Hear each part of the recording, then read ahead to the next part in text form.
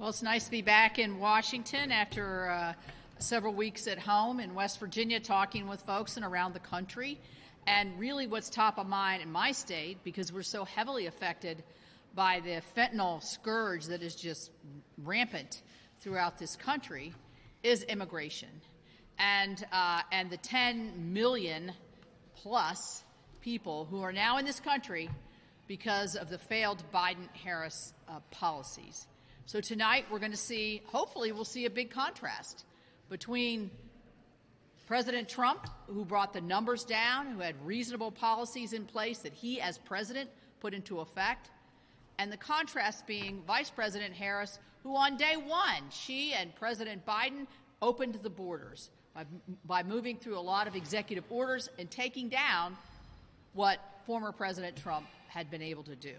So we've heard in 2020, she said the border was a complete waste, the border wall is a complete waste of money. In 2019, she said we don't need to build a wall. It's not an emergency. In 2022, she had an interview with Chuck Todd where she said not once but twice the border is secure. I mean, who's believing that? This is 2 years ago. That was probably 6 million people into where we are now.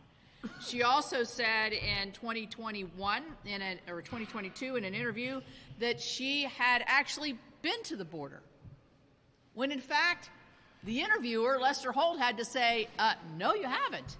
And she says, well, I haven't been to Europe either. I mean, what a flippant answer to a very serious question. So this is who she really is. These are unguarded moments where we've been able to see her in her past life, but we haven't seen her like this because she's had that one interview and she's been in a bubble as she campaigns.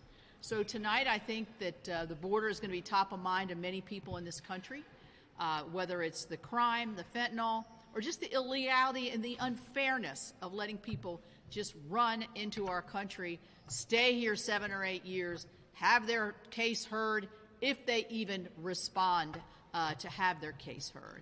And I think the Vice President has shown herself and was appointed a leader in this area, and she's been a miserable failure.